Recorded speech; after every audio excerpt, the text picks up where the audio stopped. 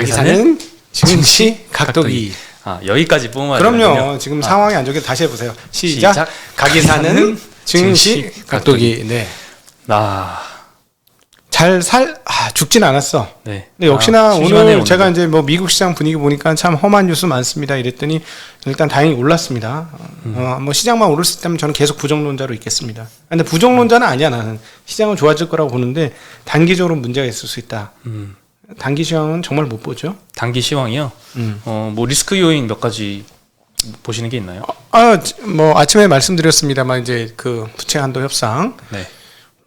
지금 뭐 순탄하게 잘 돌아가고 있지는 않으니까 그 부분 조금 더 문제가 될 것 같고, 그리고 중국도 계속 이슈가 있어요.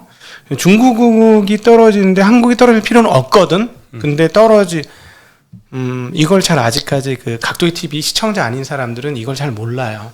내가 분명히 얘기했거든. 중국 시장에서 전력 셧다운으로 공장이 안 돌아가면 상대적으로 우리나라가 좋다라고 얘기를 했는데도 네. 아직 잘 모르시는 것 같아요. 특별히 그 큰 데에 계신 분들이.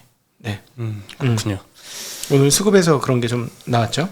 그리고 제가 봤더니 그 부채 한도 협상 정말 최악의 경우에는 셧다운 될 수도 있잖아요. 뭐 네. 하원에서 표결을 거쳐야겠지만 셧다운 돼도 과거에 있었던 역사적으로 봤을 때 통계적으로 셧다운 하기 직전까지는 조금 조정을 받거든요, 주가가. 네. 근데 셧다운 한 날짜로부터 30일간의 평균 수익률을 내보니까 S&P 500이 한 3% 정도 올랐다고 하더라고요.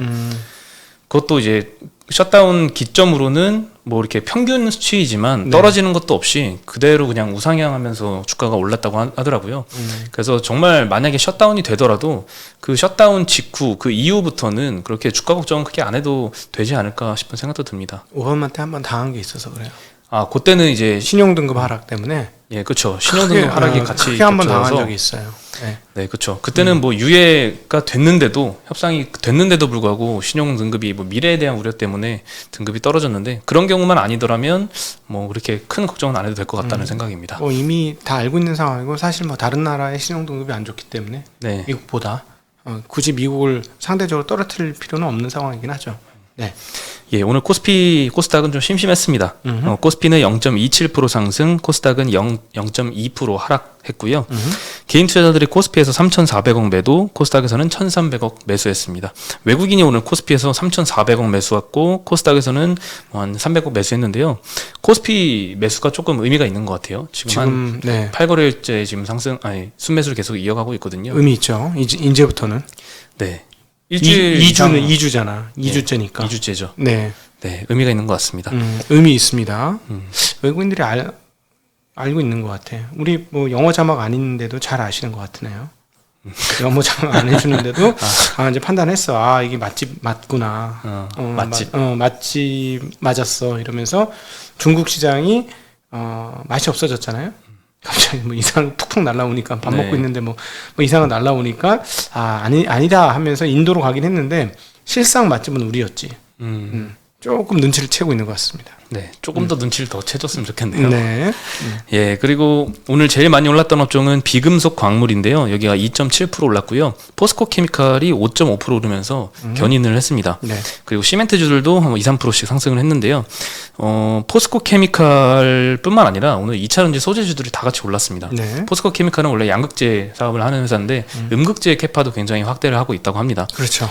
네, 그리고 지금 2차전지 소재하는 회사들이 안 하던 사업을 막 하나씩 추가하는 모습을 보이고 있어요. 네.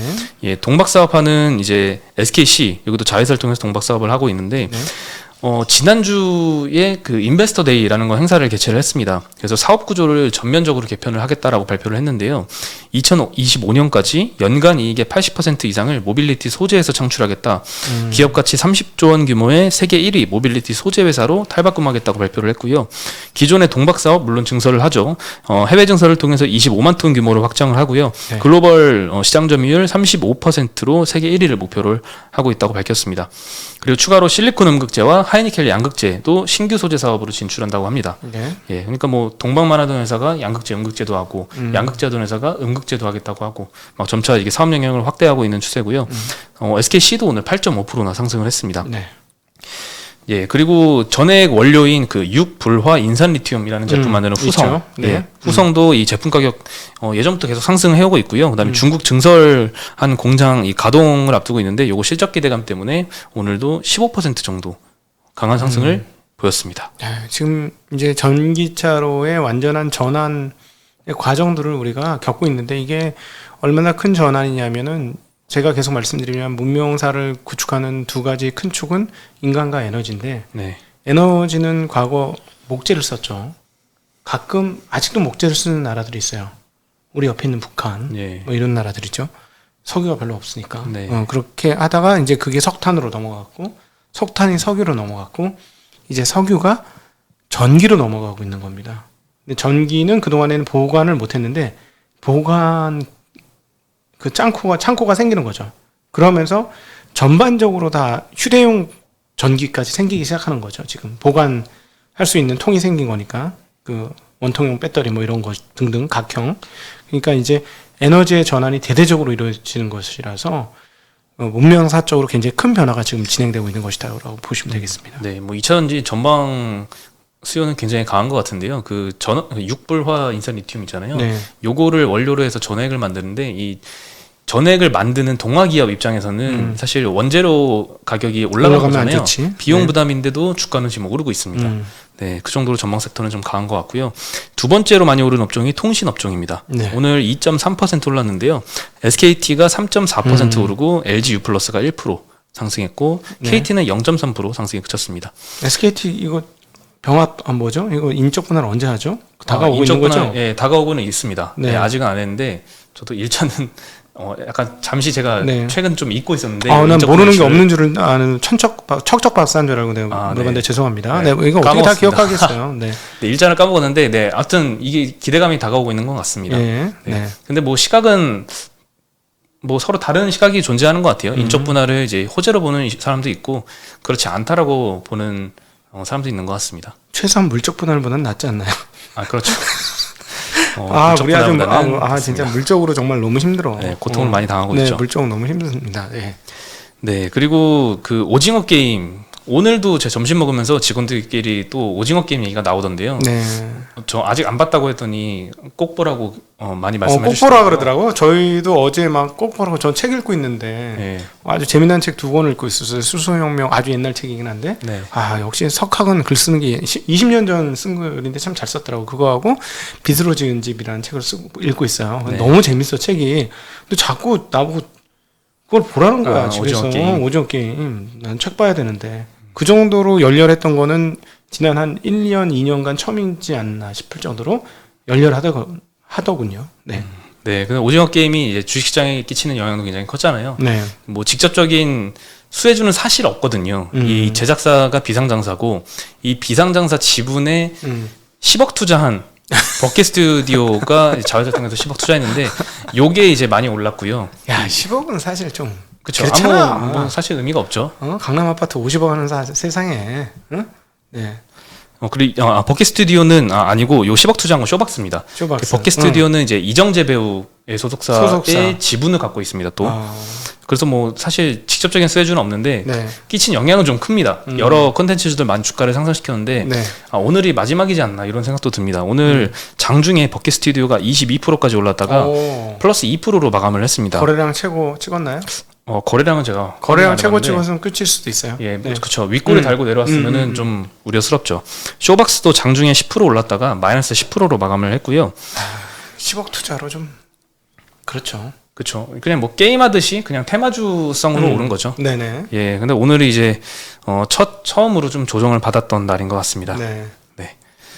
그리고 데브 시스터즈가 최근에 좀 몇 번 언급을 드렸는데 미국 순위가 계속 올라가고 있습니다. 예. 지난주 휴일 전에만 해도 한 11위 정도였거든요. 미국 순위는 아직 조금 덜 올라왔었는데 오늘 확인해 보니까 아침에 6위, 그리고 지금 한 7위 정도 왔다 갔다 하더라고요. 네. 네, 미국 매출 순위권 회사를 보면은 다 굉장히 큰 회사들밖에 없습니다. 뭐 로블록스, 그다음에 킹이란 블리자드 자회사, 슈퍼셀 여기는 텐센트 자회사고, 뭐 가레나 여기는 텐센트가 34% 지분 들고 있는 회사더라고요. 나이엔틱 여기는 포켓몬고 개발사고, 이런 회사들 중에 이제 국내에서 아직은 시가총액이 한 1조 원대 정도밖에 안 되는 데브시스터즈가 뭔가 이름을 올려서 뭔가 자랑스럽고 더 잘 됐으면 좋겠습니다. 네. 네, 오늘 14% 정도 상승을 했습니다. 아, 올해 최고의 주식입니다. 네. 그렇죠. 뭐 별다른 마케팅을 아직 시작은 안 했는데 미국에서 굉장히 역주행 중인 것 같습니다. 좋습니다. 네. 이렇게 계속 새로운 사업들이 탁탁 터져야죠. 네. 네. 그리고 페노션이 오늘 5.4% 정도 상승을 했는데요. BDI 지수가 계속 오르고 있습니다. 전주 대비해서 봤을 때는 BDI 지수가 8.6% 상승을 했는데요. 이 BDI에서는 전 선형이 좀 강세를 보였는데, 특히 케이프 사이즈라고 하는데, 이 케이프 사이즈는 수에즈나 파나마 운하를 통과하지 못하는 조금 큰 대형 선박을 의미합니다. 요 선형이 특히 이제 지수가 강세를 보였고요.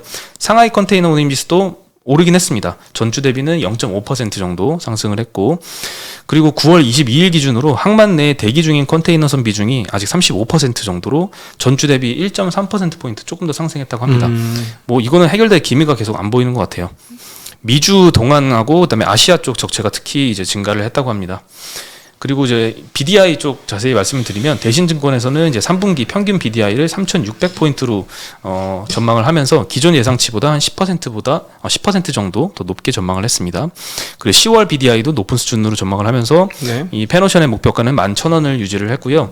그리고 이 케이프 사이즈 선형의 강세는 중국의 브라질산 철광석 수입 증가에 기인한다라고 분석을 했고, 다른 선형에서도 곡물이나 석탄, 보크사이트, 알루미늄 등의 수요 증가 때문에 시황 강세가 지속되고 있다고 언급을 했습니다. 아, 이러면 생산자 물가는 계속 오르겠네. 그럴 가능성이 높죠. 인플레이션 요소가 계속 강화되는군요. 네, 저번에 이제 엄경 연구원님하고 대담을 할 때도 컨테이너선 운임 지수는 조금 상승세가 덜 하는데 이 벌크선 운임 지수가 계속 오른다라고 얘기를 했었거든요. 네. 요 현상이 지금 계속 되고 있는 것 같고요. 그리고 기존에 이제 컨테이너는 워낙 그 수급이 빡빡하니까 이 컨테이너를 운임하던 것들이 이제 쌀이나 설탕, 비료, 곡물 등도 운반을 했는데, 이제는 조금 소형 벌크선으로 수송을 이렇게 대체하는 경우도 있다고 합니다. 이 경우 때문에도 이제 BDI 상승에 영향을 좀 끼쳤는 것 같습니다. 컨테이너로 쌀이나 이런 것들이 컨테이너로 네, 기존에 컨테이너로 운반을 했었는데, 요것들을 일부는 이제 소형 벌크선으로 이제 갈아타고 있다고 하네요.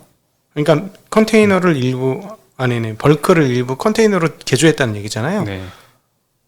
근데 이 항목들은 벌크 항목인데 좀 이상하네. 네, 쌀, 설탕, 비료, 곡물 등을 컨테이너에는 안 실죠. 구석에 끼인 거 어떻게 뽑으려고? 컨테이너를 안 실어. 이거. 그래요. 좀 더 확인해 보겠습니다. 예, 이거 보통 이제 근데 그때 엄경화 연구원이 얘기한 거는 그 소형 벌크선을 컨테이너선으로 바꿔가지고 조금 개조해가지고 벌크선 너무 부족하니까, 예, 그렇게 해서 한다는 얘기는 했었으니까, 그 벌크선, 그러니까 소형 벌크선으로 어쨌든 핵심은 컨테이너를 운반하겠다는 얘기잖아요. 핵심은 이제 컨테이너를 운반했던 품목들이 이제 컨테이너가 부족하니까 벌크선으로도 운반을 하고 그러니까 어쨌든 컨테이너를 운반한다는 거잖아요. 컨테이너를. 네, 그렇죠. 그렇죠. 컨테이너를 운반한다는 거니까 그 얘기가 맞을 것 같습니다. 네. 어찌되었건 뭐 원자재 가격이 계속 오르는 그 압력이 있는 거네요. 네, 그렇죠. 뭐 끝날 기미가 안 보이는 것 같고요. 그리고 파운드 가격 인상 얘기가 또 나왔는데요. UMC가 11월부터 가격 평균적으로 10% 인상을 한다고 밝혔습니다. 자, 올해 네 번째 인상입니다. 세 번째 회사죠. 네. TSMC, 삼성, UMC. 네. 그리고 일부 공정은 15%까지 인상할 계획을 밝혔고요. 올해 그러면 총 인상폭이 한 50% 정도가 되는 겁니다. 네. 네, 그래서 가격 인상 효과가 이익률로 좀 전이가 되고 있는데요. 2분기 총 이익률이 31% 정도였거든요. 이것도 10년 만에 최대 실적인데 3분기에는 35%로 예상이 되고요. 네. 앞으로도 뭐 가격 인상 축축하면은 4분기에도 더 좋아질 것 같습니다. 저거로 예를 보면 삼성전자는 35% 이상 나올 거란 얘기네요. 시스템 반도체, 그러니까 파운드리 분야에서, 시스템 파운드리 분야에서 수요에 잘 나오면 그럴 수도 있지 않을까요? 2위 업체니까 3위 업체보다는 조금 높게 나오겠죠. 네. 일찌감치 15% 올렸으니까. 공정의 차이도 좀 있지 않을까요? 조금 더 이제 미세 공정을 더 많이 하죠. UMC는 미세 공정을 삼성만큼 하기가 설비 증설에 한계가 있기 때문에 아무래도 1위, 2위 업체가 거의 많이 갖고 갔죠. 장비 싸움인데 어떤 측면에서 보면. 네. 그러니까 삼성전자 이제 슬슬 좋아지기 시작하는 거야. 근데 이제 갖고 계신 분들은 이제 거의 그렇죠. 비메모리나 IM 쪽은 좋은 얘기가 쏠쏠 들리는데 예. 이 메모리 D램 가격에서 좋은 얘기가 아직은 안 들리고 있어서 근데 이제 갖고 계신 분들은 이제 한계에 도달하는 상황이지. 참을성의 한계. 네, 참을성의 한계에 도달하고 있는 상황인데 좋은 뉴스가 시작됐다. 그 태극의 그 꼭지점에서 새로운 기운이 시작되고 있다. 삼성전자 이렇게 보시면 될 것 같아요. 네. 네. 그리고 3강 MNT가 오늘 9% 상승을 했는데요. 845억 원 규모의 계약 공시를 했습니다. 해상풍력 발전기 하부 구조물 계약 공시인데요. 작년 매출을 대비해서 20% 규모인데 계약 기간이 23년 3월까지 1년 6개월 동안이거든요. 짧네. 네, 그래서 20%는 좀 안 되고 계약 상대방은 이제 아시아 선주라고만 알려졌습니다. 그리고 또 하나의 계약 공시는 이제 삼성 바이오로직스인데요. 올해 1월에 나왔던 계약 공시 계약 금액 한 390억 정도인데 이 계약 금액을 올렸습니다. 네. 2,340억 정도로 올렸고요. 고객사가 호프만이라는 데인데 수주 물량 증대 요청한 영향 때문이었고 향후에도 이 고객사 수요 증가에 따라서 최대한 4,400억까지 증가할 수 있다라고도 명시를 했습니다. 기존 계약 기간은 2020년 6월부터 24년 12월까지고요. 오늘 이 공시에도 불구하고 오늘 바이오주가 조금 약했거든요. 섹터가 전반적으로. 네. 0.2% 하락에 그쳤습니다. 네. 네. 그리고 뭐 셀트리온이나 헬스케어는 뭐 2%대 하락을 했고요.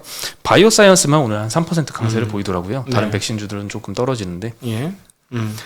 예, 그리고 연기금이 최근에 조금 조용했습니다. 근데 순매도는 이제 계속 지속되고 있는데요. 9월 들어서 1일부터 24일까지 코스피에서 1조 5,400억 정도 순매도를 했습니다. 올해 연기금 순매도는 이제 코스피에서 22조 5천억 정도 했고요. 작년도에 순매도한 게 2조 8천억이니까 한 작년에 비해서 올해 한 게 한 8배 정도 더 많이 했습니다. 이거는 이제 국내 주식 전망을 안 좋게 본다기보다도 주식 비중을 이제 목표에 맞춰야 되기 때문에 그런 영향이 있고요. 예, 작년에 목표를 거의 조금밖에 안 올렸죠. 예. 지금 국내 주식 목표 비중이 16.8%입니다. 네. 요거를 이제 연말까지 맞춰야 되는데 국내 주식이 최근에 이제 좀 올라온 게 있어서 지금 비중이 많이 커졌습니다. 네. 6월까지만 이제 6월 기준으로 보면 20%가 조금 넘습니다. 20.3%라서 아직도 조금 더 예, 줄여야 될 것 같습니다. 4%면 정말 어마무시하게 팔아야 되는 거 아닙니까? 네, 6월 기준이니까 뭐 6월 이후에 조금 판 게 있겠죠. 네. 그걸 감안해도 조금 더 많이 팔아야 될 것 같습니다. 네, 그 와중에도 매수한 종목들이 이제 9월 달에는 크래프톤, 현대중공업, 대한항공, SKT, SK케미칼, 아시아나항공 이 정도 샀는데요. 네, SKT 최근에 이제 연기금이 많이 사고 있는데 요 영향도 조금 있지 않나 싶습니다. 최근에 통신주 네. 강세가. 아, 제발 오른 것만 파세요. 많이 더 이상 오를 수 없는 것만 파세요. 네, 아, 외국인들한테 그냥 싸게 주면 안 되잖아. 그렇죠. 싸게 주지 마세요. 잘 한번 해보세요. 네, 부탁합니다. 잘 해주시겠죠. 네. 네, 그리고 이제 금융사 대출 제한 폭풍이 굉장히 심한 것 같은데요. 요거는 사례로 보면 조금 더 와닿을 것 같아요. 이제 영끌로 아파트를 구매하느라 1억 2천 정도 신용대출을 받았던 직장인 사례가 소개가 됐는데 최근에 만기를 연장하려고 하니까 3천만 원 상환을 하면 연장이 된다. 이런 통보를 받았다고 합니다. 신용점수가 940점이 넘는다고 합니다. 이 정도면 이제 고신용자에 속하는데 저축은행에 갔는데도 이 연봉을 넘는 신용대출은 불가하다라고 통지를 받아서 연 10%대 금리를 요구받았다고 합니다. 네. 연 10%대면 굉장히 높네요. 아마 신용대출이라고 하더라도 기존의 1금융권에서는 뭐 3%대 정도 네. 받았을 것 같거든요. 그렇죠. 갑자기 이렇게 금리가 올라가는 상황까지 처하는 경우가 있는 것 같아요. 그리고 뭐 저축은행뿐만 아니라 카드사도 정부의 요구 때문에 대출 문턱이 좀 높아진 상황이고요.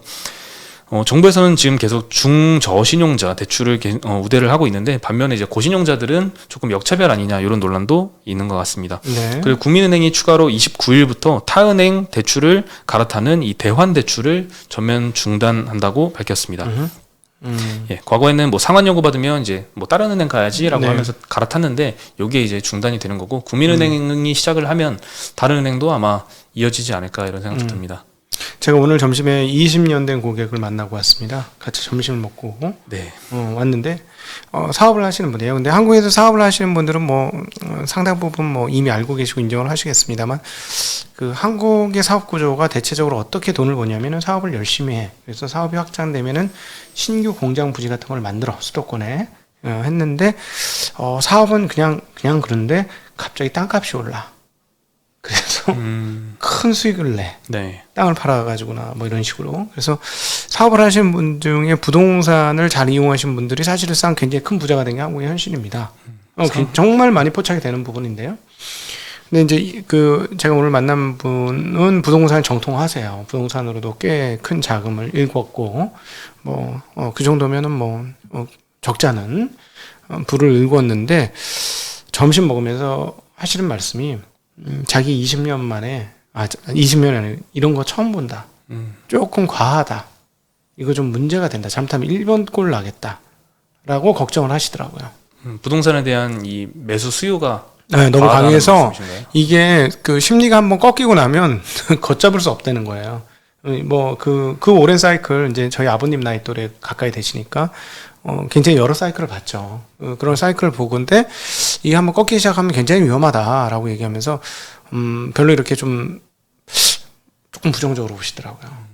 그래서 저는 이제 현장에서 이렇게 실전을 잘해서 이렇게 올라오신 분들 얘기는 굉장히 귀담아 듣는 편이에요. 그래서 저는 부동산에 대해서는 잘 모르지만 부동산을 오랫동안 하셨고 부동산으로 한 재산을 모으신 분들이 약간 주의 종을 좀 치고 있어요. 그러니까 그 부분은 조금 감안을 하시는 게 좋지 않을까 하는 생각이 좀 듭니다. 네. 네. 주식도 마찬가지인데 더 이상 살 사람이 없으면 한번 떨어지기 시작하는데요. 올라간 폭이 크면 클수록 떨어질 때 산이 높으면 골이 깊듯이 그럴 수도 있기 때문에 그런 주의는 조금 필요하지 않을까 싶습니다. 네. 그렇죠. 부동산도 사실 자산이니까. 똑같죠. 네. 금융자산은 똑같은 자산이에요, 자산. 네, 순환 네. 주기가 있겠죠. 그렇죠. 부동산도. 네. 네. 네, 오늘 소식은 여기까지고요. 저희는 이따 8시에 연합인포맥스에서 뵙겠습니다. 많이 와주십시오. 네. 네, 재밌는 이야기도 풀어나가도록 하겠습니다. 네, 그럼 저희는 여기서 인사드리겠습니다. 안녕.